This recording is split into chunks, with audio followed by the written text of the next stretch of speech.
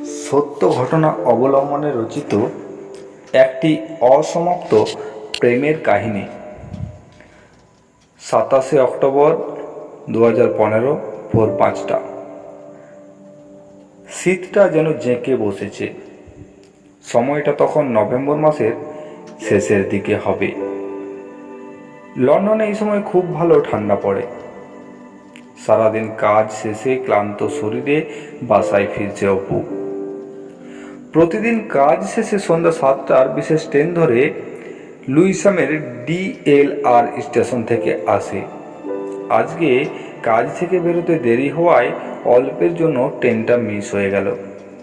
স্টেশনে একা বসে আছে।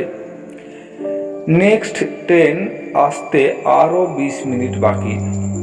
একা একা বসে আছে আর ভাবছে এই একঘেয়ে জীবন আর ভালো লাগে না।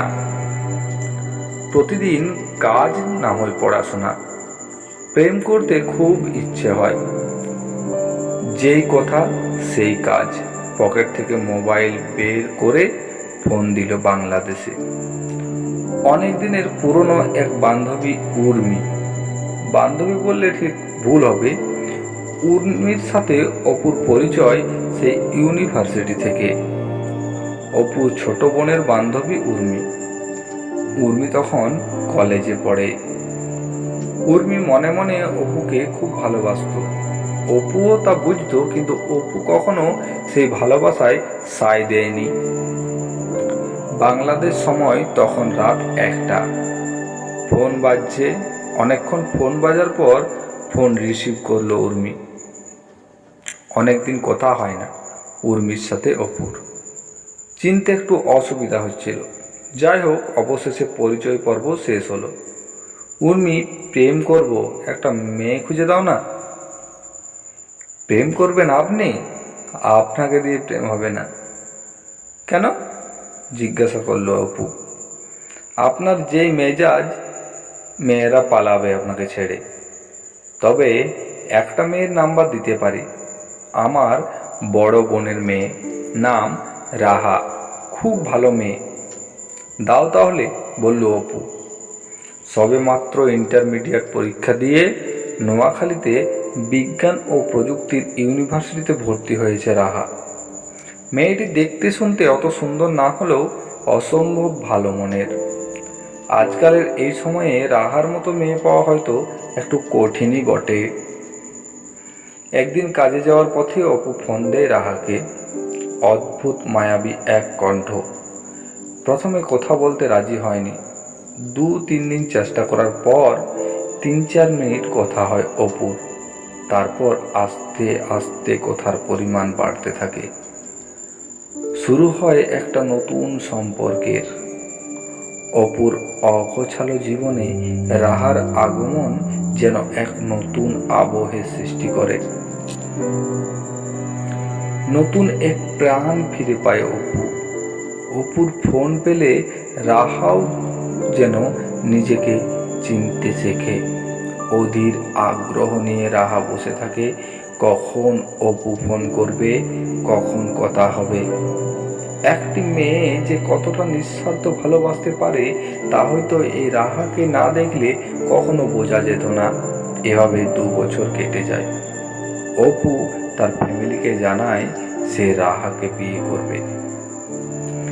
আমাদের দেশে এখনো বিয়ের সময় মেয়েদের পারিবারিক অবস্থা এবং মেয়ের সৌন্দর্যকে প্রাধান্য দেওয়া হয়। রাহাকে দেখতে চায় অপুর বাবা।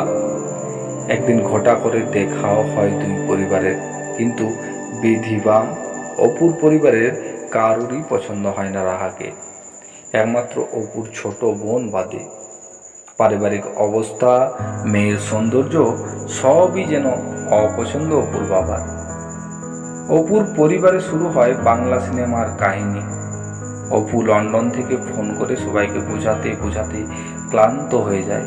অবশেষে হার মানতে বাধ্য হয় অপু।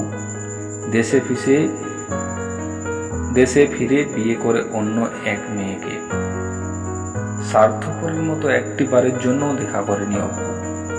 অনেক অনুরোধ করে রাহা, আমাকে বিয়ে করতে হবে না, একটি বারের জন্য দেখা করো। আমি তো তোমাকে কখনো সরাসরি দেখিনি, একবার দেখা করি প্লিজ। তুমি দেখতে চাও না আমি কতটা অসুন্দর? কোনো কিছুই যেন অপুর মন গোলাতে পারে না। অপু ভুলে যায় সেই 2 বছরের কথা, ভুলে যায় রাহার সেই মায়া ভরা কথা কণ্ঠ। বিয়ে করে আবার লন্ডনে চলে আসে অপু। অদেখায় রয়ে যায় দুজনকে। এখন অপু যখন একা একা বসে থাকে মনে পড়ে সেই পুরনো দিনের কথা। আর একটু সাহস করলে হয়তো জীবনটা অন্যরকম হতে পারত।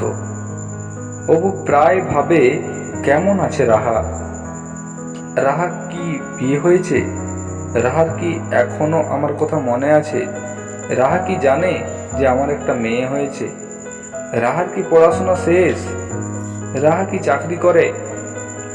রাহার সেই ছোট ভাইটা কেমন আছে? কাঁচের চুড়ি অনেক পছন্দ করতো রাহা, সেই চুড়িও কিনে দেওয়া হয়নি। কোনো কিছু উত্তরই খুঁজে পায় না অপু। মাঝে মধ্যে এখন অপুও যেন রাহার কণ্ঠ শুনতে পায়। ভাবে দেশে ফিরলে সে রাহাকে খুঁজে বের করবে, ক্ষমা চাইবে রাহার কাছে। কিন্তু রাহা কি ক্ষমা করবে? উত্তরটা আমার জানা নেই।